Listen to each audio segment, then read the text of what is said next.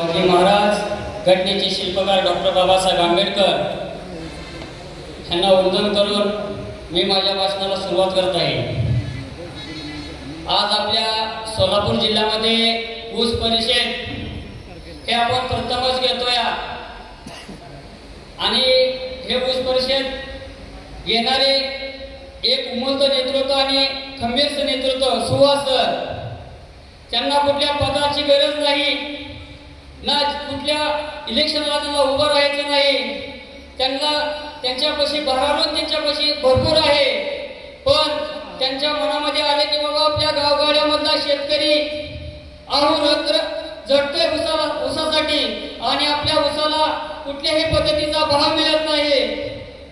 आज आपल्या शेतकरी मित्रांनो तुम्हाला सांगतो, हे 18 महिन्याचं ऊसाचं पीक आहे आणि या 18 महिन्यांमध्ये आपल्याला किती कष्ट करावं लागतंय आणि हे कारखानदार गडे आधीचे कोणता मटेरियल आपल्याला सांगा 3 रुपये किलोने मिळतोय, हे 2 रुपये 2.5 रुपये किलोने आपलं ऊसाचं कांड हे विकत घेते आणि ह्यांचा मनमानी कारभार ह्यांनी स्वतःने सांगायचं की बाबा आम्ही आता ऊसाचं भाव निश्चित केलाय, तुम्हाला 3000 रुपये देतो। अरे तुम्ही कोण ठरवणार आमच्या ऊसाचा भाव?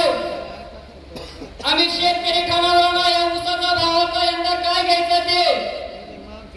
त्या कारखानदाराने फक्त सरांनी आम्हाला सांगायचं सर तुम्ही एक ऑर्डर द्या, आम्ही चालू एक ठिकाणी चालू करून देणार नाही जोपर्यंत आमच्या ऊसाला 3500 रुपये भाव मिळण्याशिवाय। हे कडे सांगतात कारखानदार की बाबा तुमच्या ऊसाला एफआरपी बसत नाही, कसली एफआरपी सांगताय आम्हाला, कसली कागद सांगताय आम्हाला। काही दिवसापूर्वी कोल्हापूर जिल्ह्यामध्ये शेतकऱ्यांचे नेते माननीय सागरभाऊ खोत यांचं या ठिकाणी आगमन झालेलं आहे। कोल्हापूर जिल्ह्यातील ऊसाला चांगल्या पद्धतीने एफआरपी बसत असेल कारखानदार सांगतात। अरे मित्रांनो तिकडच्या बी कारखान्याची साखरच होती आणि आपल्या ही ऊसाची साखरच होती, त्यांना सांगायचं आपल्या ऊसाचं कोळसं बिसं होते का शेतकरी मित्रांनो? आज आपल्या त्या तालुक्यामध्ये 4000 रुपयाच्या मोहऱ्यांना भाव मिळतो आणि आपल्याला 2500-2600 रुपये ऊसाला भाव मिळतो। आता चालू सध्यामधला कुठलाही गडी आपल्या ऊसाची दखल घ्यायला तयार नाही। गेल्या आमदार किंमतला बी गडी ऊसाला भाव द्यायला त्याच्यावर ऊस परिषद घ्यायला तयार नाही आणि आता चालूचा बी कुठला गडी आपल्याला शेतकऱ्याच्या बाजूने उभा राहायला तयार नाही। ह्यांच्याच मनमानी कारभार चालू आहे तर ह्यांची ऊस परिषद करते आणि सांगतात की बाबा आम्ही ऊसाला 3500 रुपये भाव 3000 रुपये भावाचा दिला आहे। आता अलीकडच्या कारखान्याने सांगितलं की बाबा आम्ही 2800 रुपये पहिला हप्ता देतो आणि दिवाळीला 100 करतो।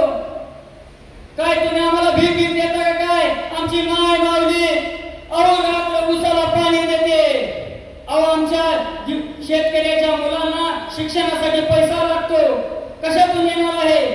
18 महिने आम्ही ऊसाचं पीक सांभाळायचं आणि तुम्ही लाभाला आमच्या ऊसाचा भाव ठरवणार का?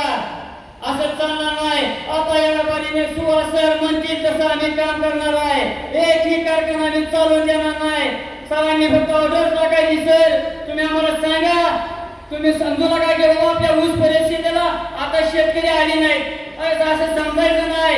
एक मावळा खंबीर आहे, असे लाखो समजण्यापेक्षा एक माणूस महत्वाचा असतो सर। आपल्याला आपली ऊस परिषद पहिली आहे की शेतकऱ्यांना कळायला पाहिजे होतं सर कुठल्या पदासाठी किंवा मोठेपणासाठी झटत नाहीत किंवा त्यांना तालुका पंचायत पंचायत समिती आमदारकी ही लढवायची नाही।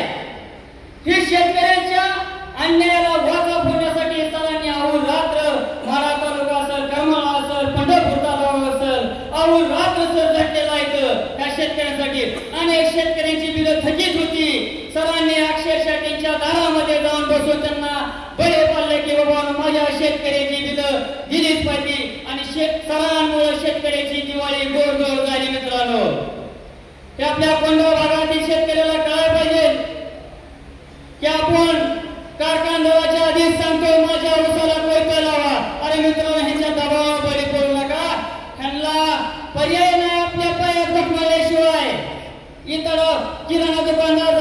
कारखाना झाले आणि या गाड्यांना कारखाना परवाना झाला की हिंदी विक्रीत करायचा.